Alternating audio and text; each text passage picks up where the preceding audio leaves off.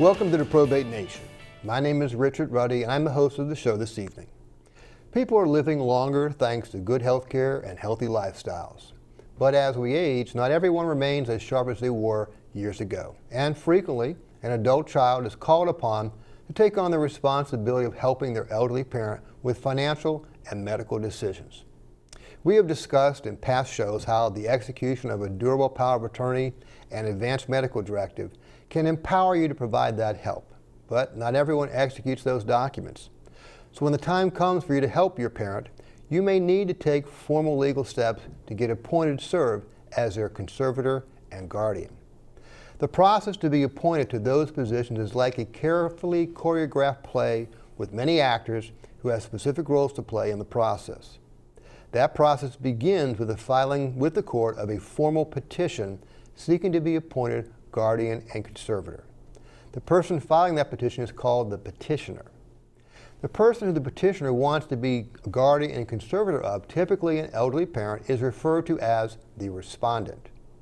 And on filing the petition, another participant, called the guardian ad litem, or GAL, comes on the stage as well. And of course, joining these participants as this play unfolds are their attorneys, experts, and various circuit court judges. There is much confusion about one participant, however, namely the guardian ad litem. The petitioner seeking to be appointed the guardian of the respondent, but suddenly the court appoints an attorney called a guardian ad litem. What is a GAL? Why is he involved in this case? Why are you not the guardian appointed by the court? Good questions, and we are going to begin to sort this all out in the course of the show this evening with the assistance of two local elder law attorneys. Our guest this evening, first guest, is an attorney who handles guardianships, conservatorships, wills, trusts, and estates. She practices law throughout Northern Virginia, the Valley, and the Northern Neck, and also serves as a guardian ad litem in those areas. She is the past president of the Virginia Women's Attorneys Association. Prior to returning to private practice, she worked at the United States Treasury Department and two financial institutions. Our second guest is a prominent Arlington attorney in private practice who specializes in estate, trust, probate, and guardianship matters. He speaks regularly at continuing legal education programs on adult guardianship and conservatorship and has previously served as president of the Arlington County Bar Association. Please join me in welcoming attorneys Betsy Sue Scott and George Dodge. Guys, welcome. Thank you. Guys got a lot of great credentials. So, but let's talk about this great topic, which is something that confuses a lot of people. And let's begin talking about the role of the guardian ad litem. Betsy Sue, what is the role of the GAL? The GAL role is to protect and defend the interests of the respondent. The term guardian ad litem means guardian for the lawsuit, that is, for the duration of the case in court. Mm-hmm. And it's been referred to as guardian ad litem as the eyes and the ears of the court. Mm-hmm. That's a good way to put it. Now, George, how is a GAL different from a guardian? I think it can best be illustrated with a timeline. So upon the filing of a guardianship petition, a guardian ad litem is immediately appointed, and they serve and continue to serve, conduct an investigation, get ready for court, and they are in that role up until the time a guardian is appointed. And in fact, in the same order that appoints a guardian and conservator, they are dismissed at that time. So there was no overlap in duties between a guardian and a guardian ad litem. The guardian, of course, handles the decision-making process of the respondent, but up to that time, a guardian ad litem does not make any decisions regarding the respondent, only providing information to the court and acting on the best interest of the respondent. Okay. So, Betsy Sue, can anyone be a GAL? No. GAL is usually an attorney, although Okay. it's not statutorily required, but historically has always been an attorney. And it's an attorney who has had special training, continuing legal education, and usually an accreditation by the Supreme Court of Virginia's Court Improvement Program. Okay. So that's basically, that's how someone wants to become a GAL, George, they have to go through those various steps that Betsy Sue just described. The key part I think she mentioned is the continuing education. Mm-hmm. Not only is there a preliminary program for those lawyers that want to be on the guardian ad litem list, but then there's ongoing course requirements. Every 2 years, 6 credit hours are required. And I think these are important steps to keep our skills in order, because this role is a very invasive one. You're often in a person's home. If you're at a nursing home or assisted living facility, you're in their room. And I think it helps to develop skills to be sensitive to this invasive process that you have to undergo in order to observe and interview the respondent. Sure. Now, so when someone gets on the Supreme Court list, they identify what jurisdictions they're willing to accept appointments, and so you don't generally become a GAL in Virginia and serve in every jurisdiction. Usually it's going to be within your communities of 3 or 4 counties or so normally. Is that true, Betsy Sue? Essentially, unless there's a particular type of case that you specialize in and you let it be known to those local judges and the attorneys in that area. Okay. But generally, yes. So let's talk about, Betsy Sue, how is a GL selected in a guardianship or conservator case? In most jurisdictions, it's by court roster. But the underlying appointment, of course, is always by the circuit court judge in the jurisdiction in which the petition is filed. But each different county has a different modus operandi, if you will. Sure. But usually from the roster, Supreme Court has issues every month. Okay. And I know we've done several programs about the process to be appointed a conservator or guardian in the various communities across Northern Virginia. And in those programs, they talk about those processes for appointment as a GL, because it does have little variations, in how they do things. So before we get into the next step, I want to make sure we all agree that we're going to focus today. This program is really focusing on conservatorships and guardianships for aging adults. Okay, this is the mom and dad who is a senior who now has got some issues, needs assistance with. We're not really focusing today on the young person who is turning an adult from 17 to 18 and may have some special needs. That's a program we'll discuss at another time. So our topic is going to really focus on that aging adult. So let's begin the process, Betsy Sue. Let's talk about the GAL investigation. That's kind of a big overview, because as you say, we're the eyes and ears of the court, and you're feeding them information. So what exactly is the authority of the GAL once they're appointed by the court? That's the authority usually is what is contained in the appointment order signed by the circuit court judge. One exception is the healthcare investigation, documentary investigation. That's statutory. Everything else is how much and to what extent the court has authorized, and that would include the financial records and review of that type of evidence. Okay. Now, George, tell me again, what is the purpose of the GAL investigation? What are they trying to accomplish here? Primarily to ascertain the facts in the petition, to some extent corroborate them, to have an independent analysis of what's being alleged and confirming those facts, as well as the capacity of what are the capacity limitations of the respondent. But it's part of an overall process where, in order to balance the decision-making process, you're representing the best interests of that person. The petitioner, in all likelihood, has an attorney. The court is going to make judgments and decisions, so your role is to be part of that decision-making process, and you need to know the facts in order to effectively do so. Okay, so it's a pretty serious charge that's passed on to the GAL. So let's get into some of the details. Betsy Sue, as we begin to investigate, we're starting a process of reviewing documents. So what is the first document that a GL needs to begin to review in the process of their investigation? The very first document, of course, would be the petition that's filed by petitioner or petitioner's counsel. And in that, there is specific information that's required by statute. The name and address of the respondent, of petitioner, and many facts with respect to his or her life. Specifically medical condition and income, assets, including native language, which is important in our very multicultural jurisdiction. There would also be the GAL order itself is something that the court will distribute to the GAL really carefully read that, because as we just discussed, statute provides for the authority with respect to healthcare providers' documents. But if the order itself is not broad enough to cover financial, then the GAL may need to go back and ask the court for that authority.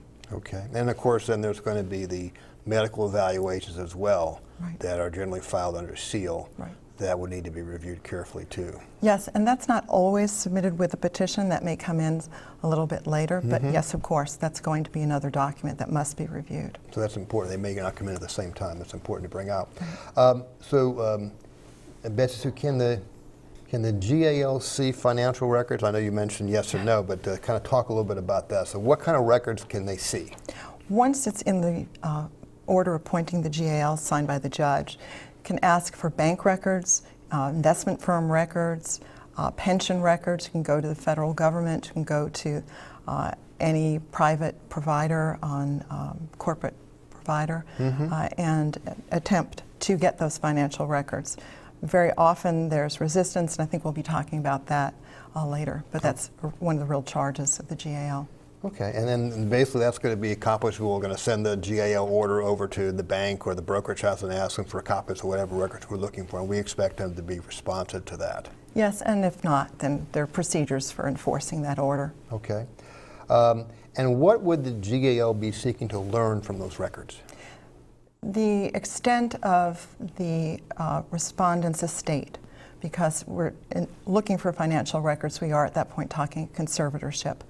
The guardian is to be the guardian of the person of the respondent, the conservator to manage the financial affairs and the estate itself. So the financial records would tell the extent of the estate, the level of income, the type of assets, and if there's real property. We're looking to understand the full picture. Okay. Okay. George, can the GAL see medical records? Yes, under the statute and within the court order of a guardian ad litem's appointment, you can obtain medical records. And of course, they're important because you want to determine what medications the person might be taking. They might have an effect on the person's levels of capacity. Maybe a change in medication could come up with a different capacity evaluation result. You want to find out their primary diagnosis and what's their history from any primary doctor that's been treating them. And again, these are all related to what are the limitations of this person, or another way of saying it, what can they do on their own without assistance. So under the statute, we're to look at all, the least restrictive alternative for them as to their capabilities and why impose a guardianship if they can make healthcare decisions. So we have to determine the degree of their impairment through these records and through our interview. But the records are important. Great, of course, an important place to start. Okay, so Betsy Sue, can the GAL review educational records? Yes. And I mention that only because that's in the context of GALs generally, but what type of records would they be looking for? For students, they'd be looking at the IEPs, career and transition plans, and any information that will tell where the young adult is today, and as George just said, what perhaps lesser restriction might be available for that young adult, maybe even a limited guardianship rather than a full, what we call plenary guardianship. Okay. And I do want to mention again that generally the educational record investigation is something that we really would focus on more as a child is turning from 17 to 18 and becoming an adult. But we mention it only because of completeness, because it might be relevant for even an elderly person. Okay, let's turn to the GL investigation and begin to focus on the people interviews. So George, who should the GAL interview? You want to have some limits, of course, but anyone that can bring to bear what the capabilities or limitations are upon the respondent. And that can include neighbors, family members, maybe business associates or former friends, former business associates, It's someone that, and you want to look at some independent persons as well. Somebody who really doesn't have a dog in the fight, someone who's going to be more neutral in their assessment of the information they provide you. So you're not really confined to any set of people, but each case is different, and you have to make a determination of how far do you go and who do you seek out information on. So we're certainly going to talk to the petitioners and the respondent in the process of any family members you mentioned about that. Should the GAL talk to the attorney for the petitioner? Absolutely. You want to obtain contact information and find out a roadmap from them. What's the compelling drive behind the filing of the petition? Sometimes there's an immediate urgent need that's dictated this filing. So you want to start with, I start getting information from that attorney immediately upon being appointed. That's a good point. Now, Betsy Sue, who else might we talk to as the GAL? Who else should I talk to besides what George has mentioned? Definitely the bankers. Okay. Especially if there's an allegation of financial abuse, somebody trying to scam. Up until what point has the individual been handling his or her own affairs? Okay. And also the healthcare providers. If they're at-home providers coming in, those are the folks who see the individual daily, have the good hands around what the ADLs are. Okay. And that's typically somebody who has a very keen insight into the current condition. That's very important. What is in all these conversations, what is, again, Betsy, so what is the GL seeking to learn from these conversations? An actual picture, a real snapshot in this particular moment in time of where the respondent is as to mental capacity. Okay. Can he or she handle some things but not other things? Perhaps really could not do banking, but could do it with the assistance of, say, a daily money manager. Okay. Or does he or she have the ability to make some healthcare decisions but not others? Okay. In that sense, you could look at speaking with petitioning counsel about a more limited guardianship or conservatorship. Okay. Again, getting that snapshot to help you sort of form an opinion and make some recommendations. Exactly. Back to the court in the GL report. You know, a banker or their tellers or a bank manager could reveal things such as overdraft information, or the person constantly coming in the bank with questions about their balance, and the customer is, or respondent is in error. I mean, this all tends to show an inability to handle their finances. So each group of persons can be very helpful in determining that. Okay. And I think that's you don't want to shortcut that. Right, That's very exactly. important. Let's talk about the next stage, which is the visiting the respondent. Okay. So, George, what's the purpose of the GAL visiting the respondent? You need to find out what that person's capabilities are, what their limitations are, but also what are their preferences. Sometimes they can shed light on who they might want to have assist them. They might realize that they can't handle their finances, and you might want to find out, have they ever executed a durable power of attorney or a medical or advanced medical directive? And sometimes they remember and can tell you that, and they might have a reason that they want that person to no longer serve as their agent or attorney in fact. So you also want to find out what are their placement desires. Of course, most of us, we want to stay home, but if they are faced with other options, you want to know what their likes or dislikes are, and be able to observe them in their own environment to get to know them so that you can more readily advocate for them. Okay, that's good. Now, Betsy Sue, what documents would the GAL be serving on the respondent during that home visit, typically? Right, typically, the documents themselves are, would typically be the warning, and that's contained in the notice of hearing. It's not actually a statutory requirement that you serve these documents, but there would be the notice of hearing and petition itself, and then, of course, the guardian ad litem order which demonstrates to the individual. But it's, again, not the requirement. One of the requirements, and I think George has referred to this, is in fact that home visit. Not home visit, but personal visit. And it's one of the 5 statutory duties for the GAL, and it's really important. It could be made, for instance, if somebody's home environment is noisy, or it could be at a public place. Okay. When you do meet with that particular respondent, though, do you recommend that you meet with them alone? Every case is different, and there may be some individuals who are more silent and need the family member or caregiver to assist in bringing the individual out. But certainly as GAL, you want the best picture possible of the preferences and the ability to express and convey thought processes and whatever environment's the best. Okay. Finally, Betsy Sue, is there any formality that has to be followed in serving the respondent?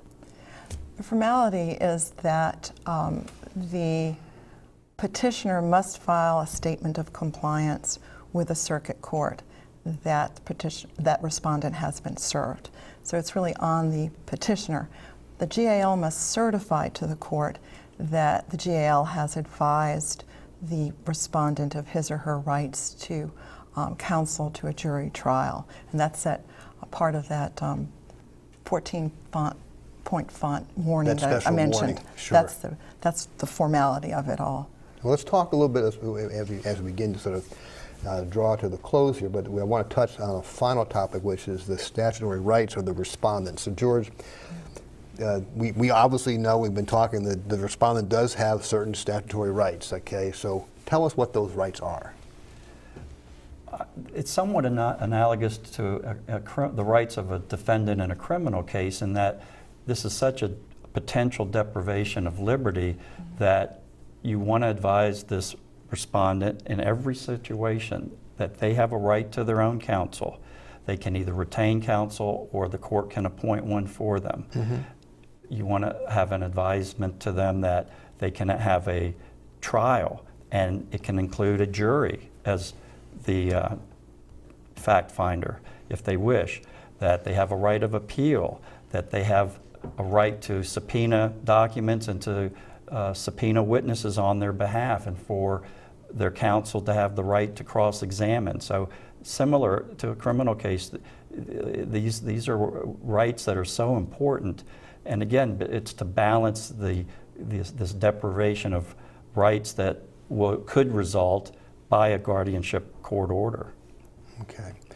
Well, we're looking at the clock. I mean, there's no way we're going to cover all the information that we planned on covering in one show, but I wanted to thank you for all your comments so far, and ask if you have any sort of final comments or thoughts you want to share at this point about the stuff we've talked about with our viewers. Okay, Betsy Sue, how about yourself? One thing I'd like to point out is that in our very diverse region, that there are many cases where we're going to meet with respondents who are not purely English speaking and need translation, and the court offers translation services so that we have that assistance from the court. We serve at their pleasure. It's an honor to serve the court, and they do provide that translation service. That's a very good thing to bring up. That's very important. George, how about yourself? Anything you want to share at this point? I think I would add that, guardian ad litems are not monsters, that they're there to help and assist the respondent. They're to advocate for their best interests. They're to make them comfortable in working with the guardian ad litem, and that's why, again, meeting at their home and having some sensitivity in approaching this person who might or might not be under some impairment, that they are the respondents have to know that this person is trying to assist them, and you need to develop a rapport with them in order to effectively do that. And that's what I would say is important.